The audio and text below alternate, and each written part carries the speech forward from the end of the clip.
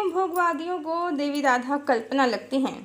Hello friends, देवी राधा तो हैं निम्बार्काचार्य, शंकराचार्य, गुरु नानक देव, युगधीश पंडित, श्री राम शर्माचार्य, चैतन्य महाप्रभु, सूरदास, तुलसीदास, कृष्णदास, हरिदास और कितने ही नाम गिनाए जाएं, सभी तो देवी राधा को आदिशक्ति, हरिप्रिया या हरि की आत्मा देवी लक्ष्मी मानते हैं।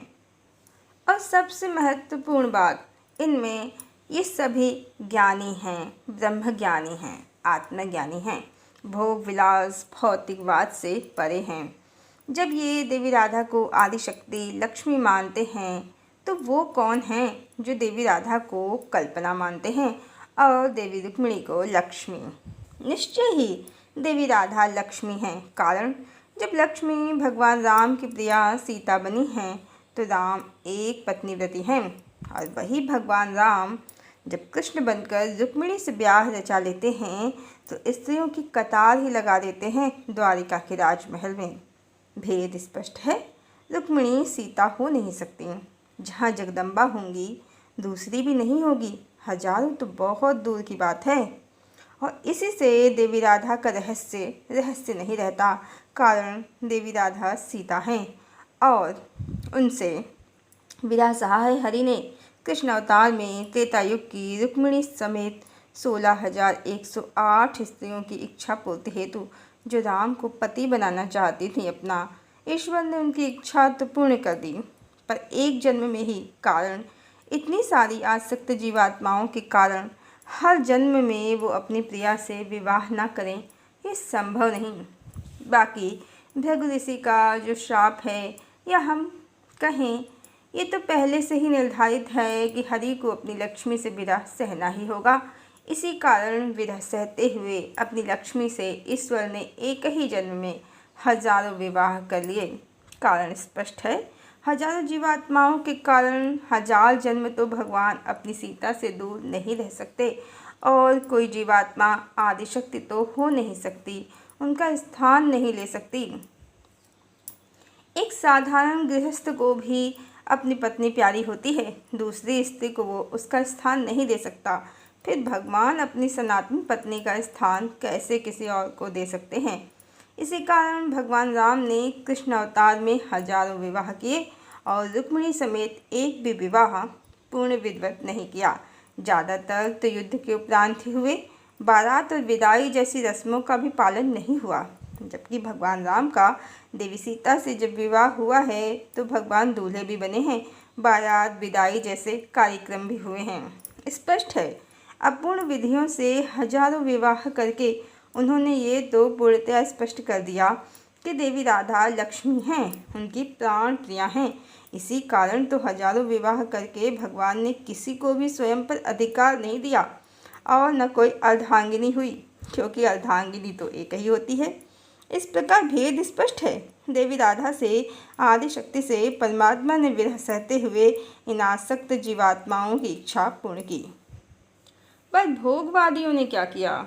इतना स्पष्ट कारण और इतनी सरल कथा को घुमा फिरा कर इन आसक्त जीवात्माओं को भूदेवी, श्रीदेवी, नीला देवी, पीला देवी और न जाने कौन कौन सी अजब गजब उपाधियाँ देकर इनका एक लोक बना दिया, और श्री कृष्ण को इनका रसिक पति। और कुतर्क करके ये भोगवादी कहने लगे कि रुक्मिणी सीता हैं और भगवान ने उनसे प्रेम विवाह किया है और राधा कल्पना हैं, वो सीता हैं, तो श्री कृष्ण ने उनसे विवाह क्यों नहीं किया? ये देवी राधा के चरित्र पर लांछन लगाने से भी नहीं चूकते।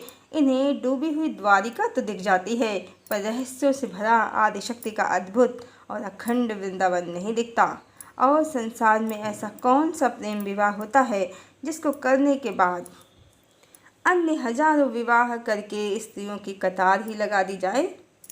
सत्य तो स्पष्ट है, सरल है, परमात्मा तो ओंकार स्वरूप निर्विकार निराकार परम ब्रह्म है, भगवान और भगवती का, शिव और शक्ति का सम्मिलित रूप।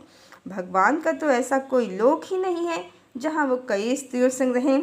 गौरी आदिशक्ति हैं तो शिव ब्रह्म हैं, सीता आदिशक्ति हैं तो राम ब्रह्म हैं, राधा आदिशक्ति हैं तो कृष्ण ब्रह्म हैं। भगवान और भगवती जब भी धरा पर अवतरित होंगे तो एक भगवान होंगे और एक भगवती। रानी, पटरानी और हजारों रानी थोड़े ही भगवती हो जाएंगी। अब भगवान ने अपनी भगवती से विरह सहन किया और हजारों की इच्छा पूर्ण कर दी। पर भोगवादी तो भोगवादी हैं। उन्हें भगवान का भगवती से ऐसा स्वार्थ रहित भोग रहित प्रेम हजम ही नहीं होता। वे मानने से कतराते हैं कि प्रेम ऐसा हो सकता है कि बिना जीवन पर्यंत एक दूसरे से मिले प्रेम बना रहे। और भगवान ने निष्काम भाव से इन आसक्त जीवात्माओं को अपना संपूर्ण एक जीवन दे दिया। ये भी इन्हें हजम नहीं होता, क्योंकि भोगों की कामना जिन्हें सताती है उन्हें ईश्वर ना तो निष्काम लगते हैं और न निर्विकार लगते हैं। और ईश्वर के द्वारा किए गए इन 16,108 विवाहों का लाभ उठाकर ये इन आसक्त जीवात्माओं को गोपी, लक्ष्मी, भूदेवी, श्रीदेवी, मंजरी, सखी नाना प्रकार के अलंकारों से अलंकृत कर देते हैं और इनका एक लोक भी बना देते हैं जहाँ ये श्री कृष्ण के साथ रहती हैं। और मात्र इसी भय से कि यदि देवी राधा का रहस्य उनका सत्य सामाजिक हो गया तो ये पाखंड के नकली लोक और नकली देवियाँ सब उड़ जाएंगे सत्य की आंधी में खंड खंड होकर। इसी कारण ये भोगवादी कभी देवी राधा को काल्पनिक या कभी चरित्रहीन कहने से भी नहीं चूकते हैं। मात्र श्री कृष्ण ने भगवान के सभी अवतारों में हजारों विवाह किए, वो भी विधिवत नहीं। राम और बुद्ध दूसरे अवतारों में भगवान की मात्र एक ही लक्ष्मी रही हैं जिनसे उनका विधिवत विवाह हुआ है। पूर्णतः स्पष्ट है श्री कृष्ण का विवाह उनकी लक्ष्मी से हुआ ही कहाँ। जो देवी राधा से विवाह हुआ होता तो राम और बुद्ध की तरह वो भी एक पत्नी व्रती होते। जहाँ जगदम्बा होंगी वहाँ दूसरी भी नहीं होगी। हजारों की तो कल्पना ही व्यर्थ है। सब कुछ सूर्य की भांति स्पष्ट है। पर भोगवादियों को तो भगवान की निष्काम निर्विकार योगेश्वर वाली छवि पसंद ही नहीं। पर भोगवादियों को तो भगवान की निष्काम निर्विकार योगेश्वर वाली छवि पसंद ही नहीं। इसी कारण रुक्मिणी समेत सभी श्री कृष्ण की पत्नियां किसी नकली लोक की लक्ष्मियां हैं। श्री कृष्ण रसिया हैं और राधा कल्पना। हरिओम।